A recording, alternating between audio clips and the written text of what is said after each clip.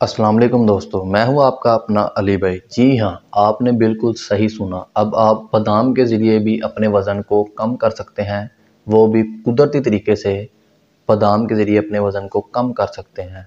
अल्लाह ताला ने बादाम में ऐसे अज्जा रखे हैं जो वज़न को कम करने में मददगार साबित होते हैं। इसमें प्रोटीन, जिंक, विटामिन बी और दीगर नमकियात पाई जाती हैं जो जिस्म से फालतू चर्बी को कम करने में मददगार साबित होती हैं। रोज़ाना 35 ग्राम बादाम सारा दिन में वक्फे वक्फे में खाएं।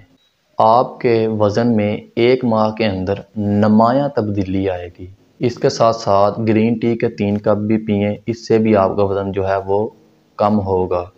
तो इस तरह आप बादाम के इस्तेमाल से अपने वज़न को कम कर सकते हैं, वो भी 1-2 माह के अंदर। उम्मीद है कि आपको ये वीडियो पसंद आई होगी। तो मिलते हैं अगली वीडियो में। अल्लाह हाफ़िज़।